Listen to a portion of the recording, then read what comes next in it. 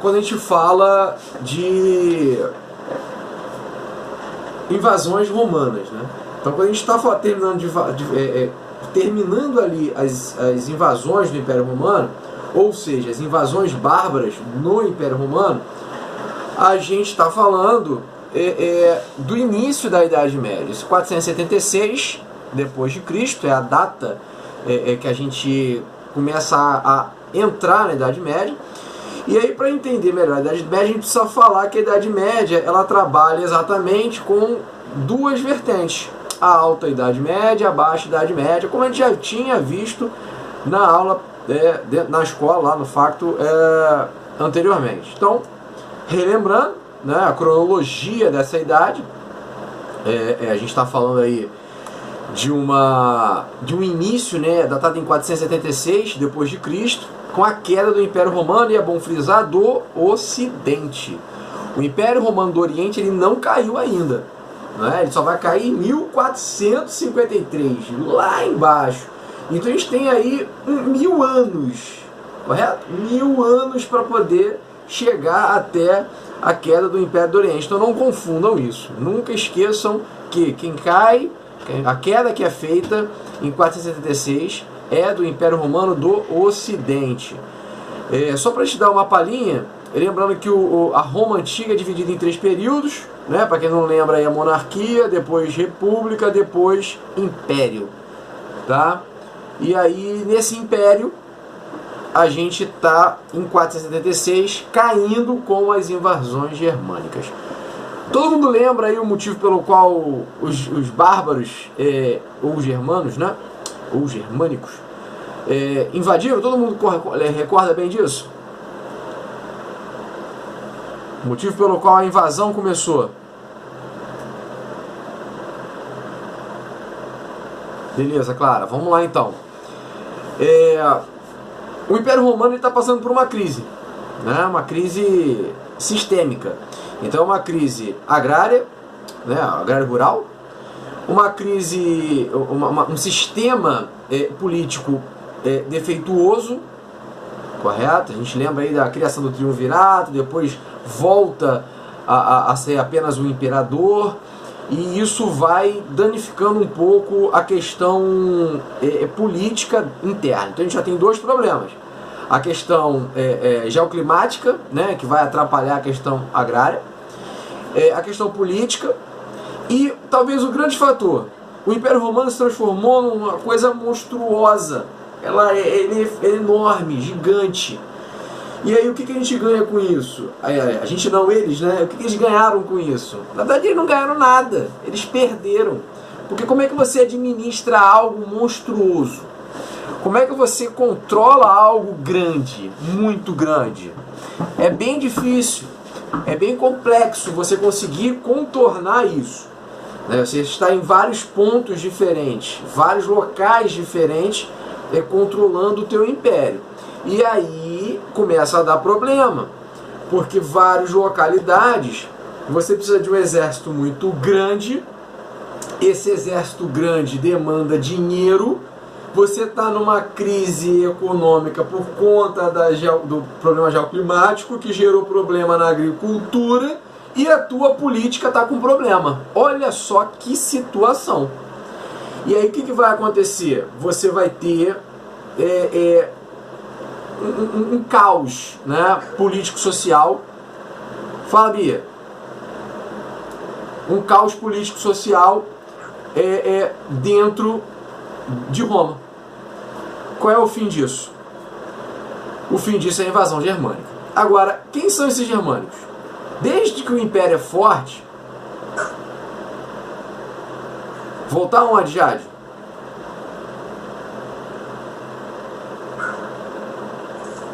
Me orienta aí, voltar onde?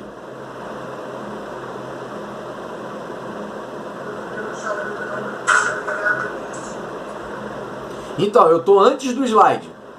Eu estou lá atrás para chegar no slide. Eu estou contextualizando para você entrar no slide. Entendeu?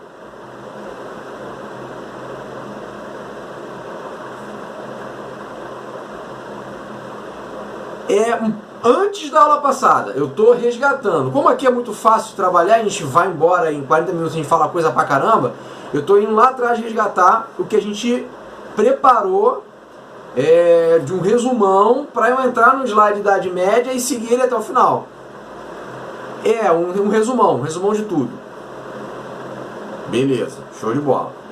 Então a gente está falando disso. A gente está vivendo, Roma, na verdade, estava vivendo um problema sério, econômico, social e político. Ponto. Quem eram os germânicos? Quem eram os bárbaros? Bárbaros e germânicos são a mesma coisa. Quem são esses caras? Esses caras são exatamente um apoio que Roma tinha fora do contexto de Roma, né? Fora do Império, que levava nas suas costas um apoio, digamos, bélico, o exército, um apoio de guerra.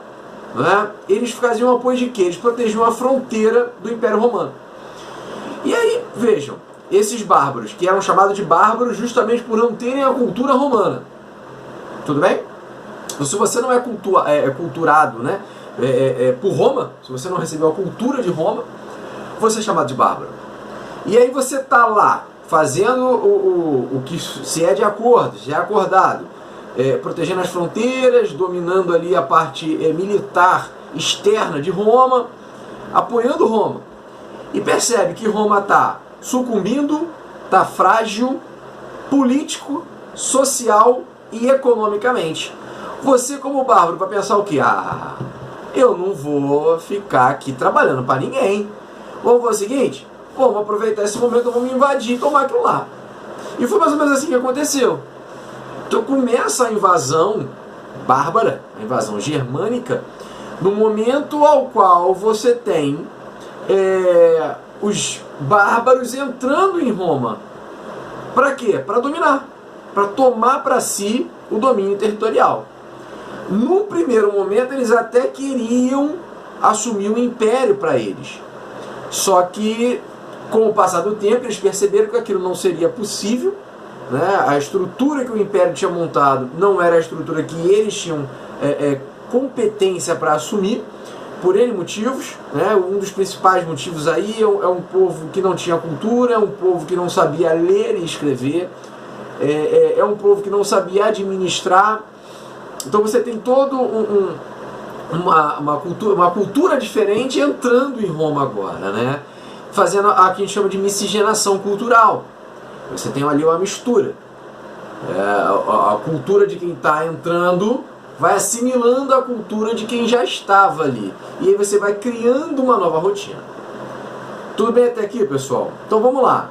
Início, ou seja, a queda do Império Romano, data exato para a gente trabalhar o que a gente chama de Idade Média, início da Idade Média. Então data de 476 depois de Cristo. Então o Império Romano cai por esses fatores que a gente falou, com as invasões germânicas e 476 a gente começa a datar a Idade Média. A gente está entrando na Idade Média.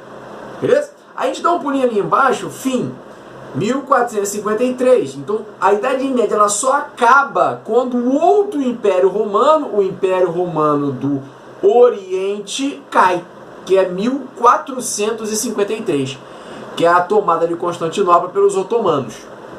Tudo bem? E assim a gente vai seguindo aí no slide. Tudo bem? Vamos lá. Ih, gente, sumiu tudo, amiga. Só um minuto.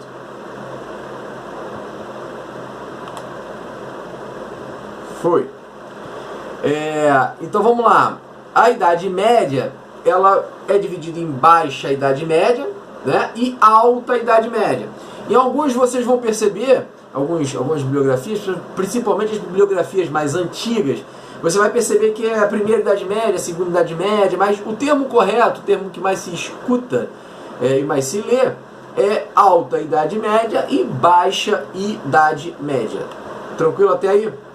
Então, quando é a Alta Idade Média? De quando inicia, do início, né, lá da invasão germânica, ou seja, século V, vai até mais ou menos o século X. Né? E aí, Pô, professor, tá estranho, porque o slide está falando ali o século VIII. Então, o que acontece? Eu não sei se todos vão lembrar, mas eu trabalhei com vocês na sala de aula um termo, um conceito chamado de antiguidade tardia. Quem lembra disso aí? Antiguidade tardia.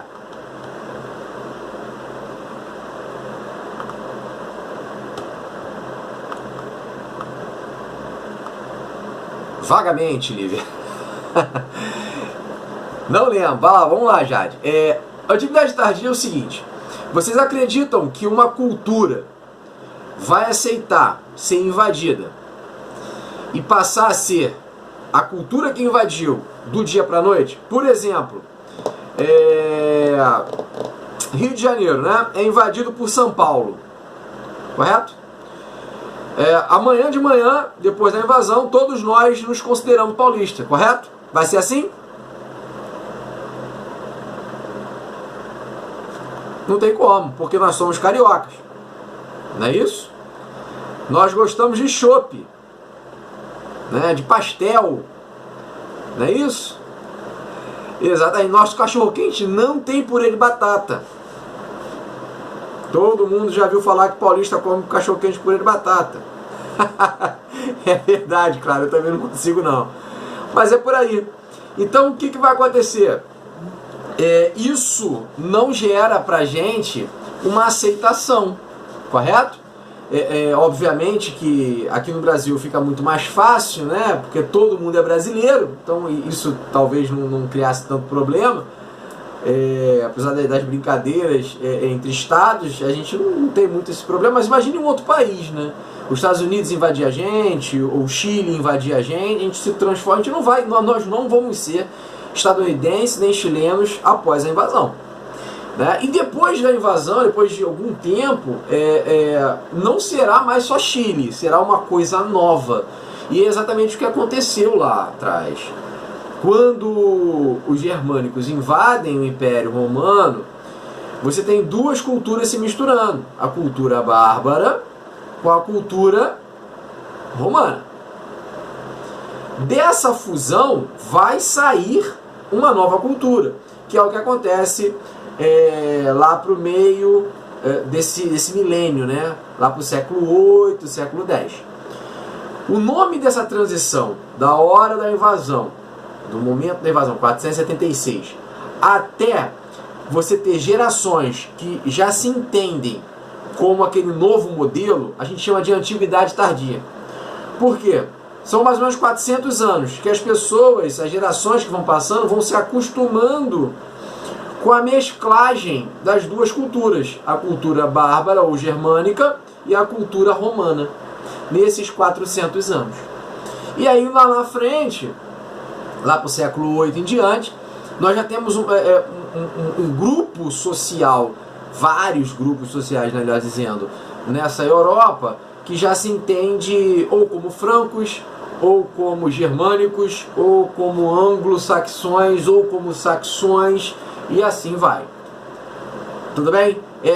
Esses são os termos de divisão étnica grupal dos germânicos, tá, galera? Dos bárbaros. Então a gente tem aí visigodos, ostrogodos, francos, germânicos, etc. São vários grupos que vão se fundindo e formando um grupo maior, ou se dividindo na área territorial da Europa e ocupando os espaços, e com o tempo isso vai gerando o que a gente conhece de...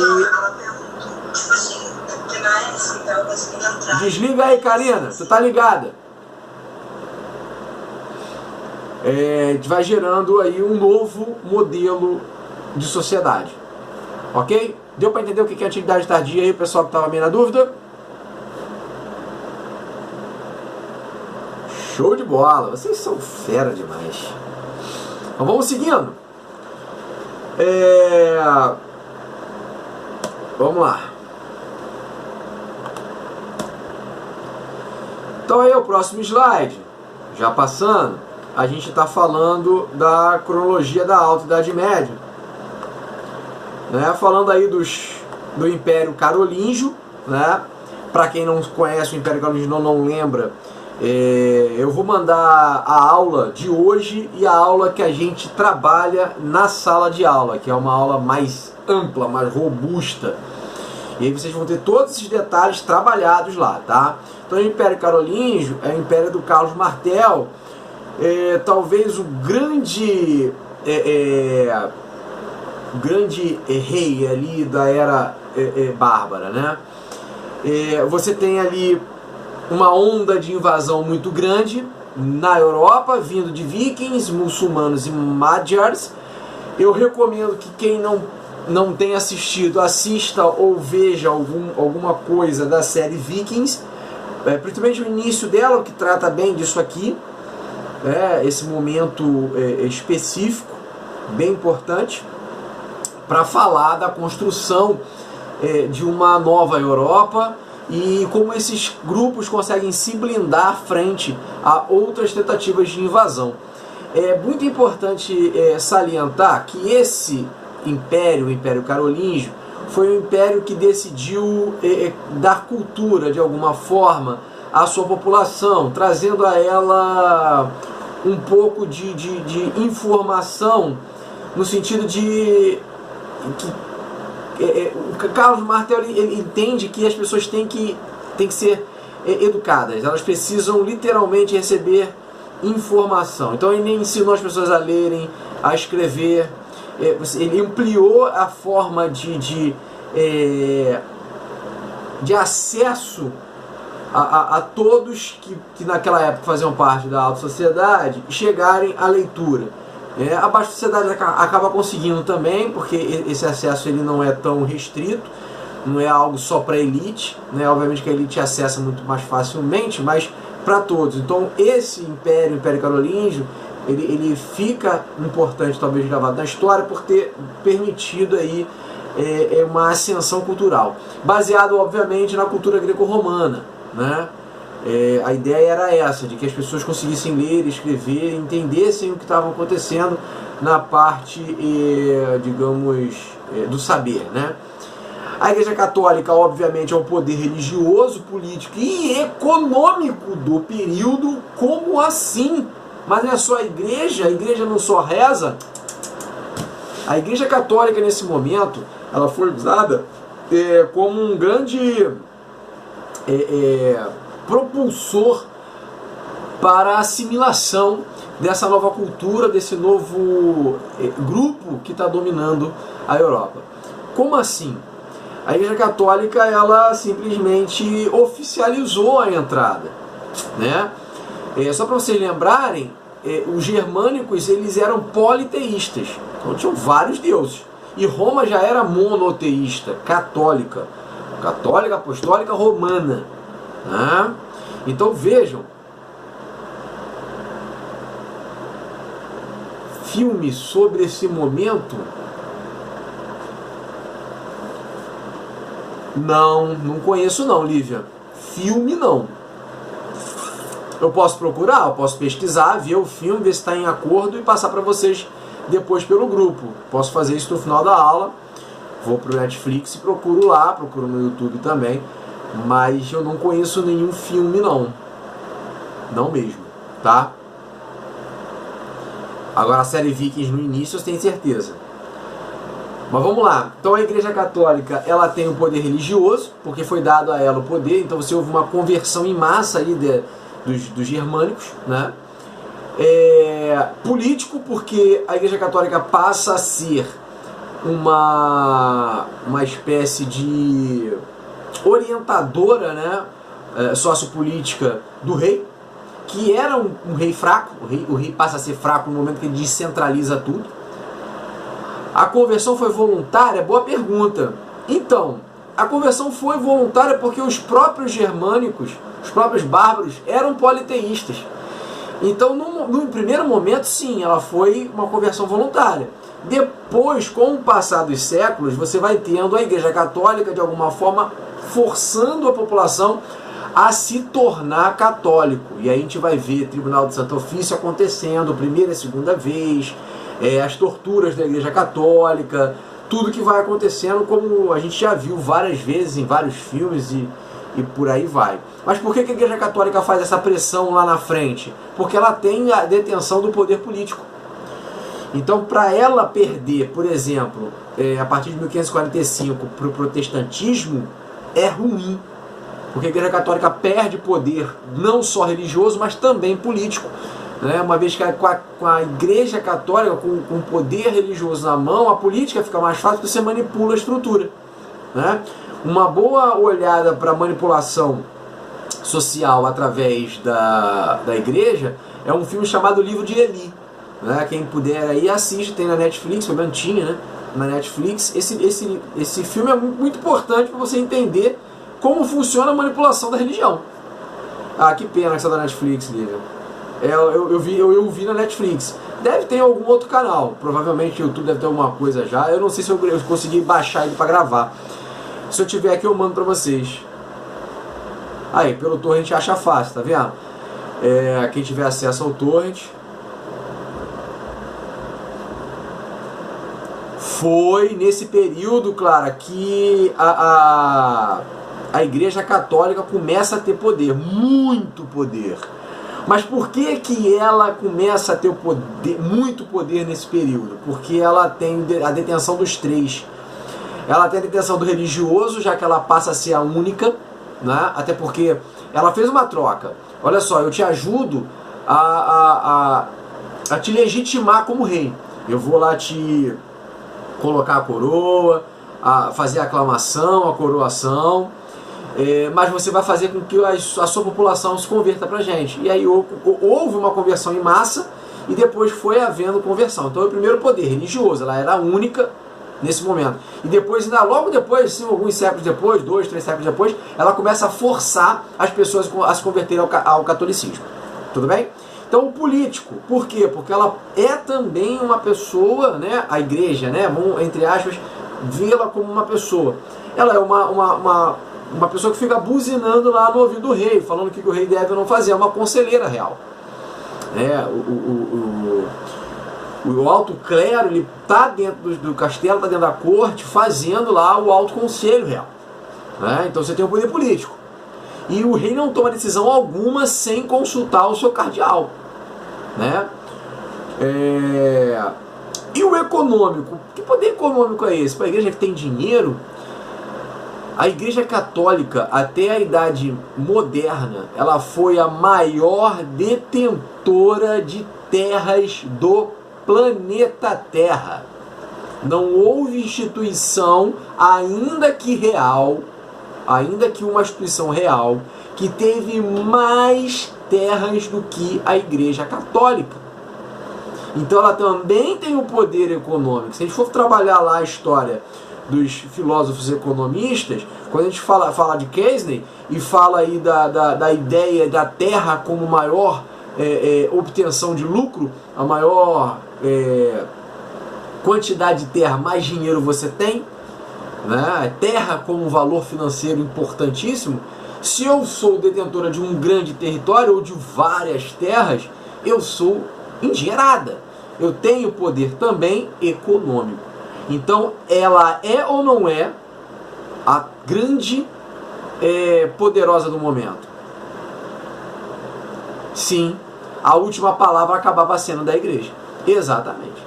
Ainda que você, como rei, ache que você é o rei, mas sempre vai ser o que a igreja quer. Esse aí é o grande pulo do gato, e você acabou de pescar. Então quem dominava aquele momento era a igreja. Então eu posso chamar de um período teocrático? Todos ok para teocracia? Ok. Então sim, é um período teocrático. É um período onde quem mandava era a religião. Né? A religião era o centro de tudo. Deus era o centro de tudo. Né? De ver o que aconteceu aí com Galileu Galilei, né? Quase foi morto porque falava que a Terra girava em torno do Sol e assim vai. O rei, o que acontece? Eles tentaram, os germânicos, né, os bárbaros, tentaram invadir o Império Romano e dominar e ser o imperador romano. Obviamente isso não aconteceu, nem iria acontecer por dois motivos. Primeiro, eles não tinham legitimidade, a população não ia aceitar. E segundo, porque não só um líder germânico queria, todos os líderes germânicos queriam. Então a pancadaria era ferrenha para você conseguir entrar, né? Então qual foi a forma que eles fizeram? Era desestruturar o Roma, desestruturaram esse império. E uma dessas desestruturações é você ruralizar aquela região. Ou seja, você acaba com o poder econômico que existia em Roma, você acaba com o dinheiro. Você acaba com as cidades. Você acaba com os castelos.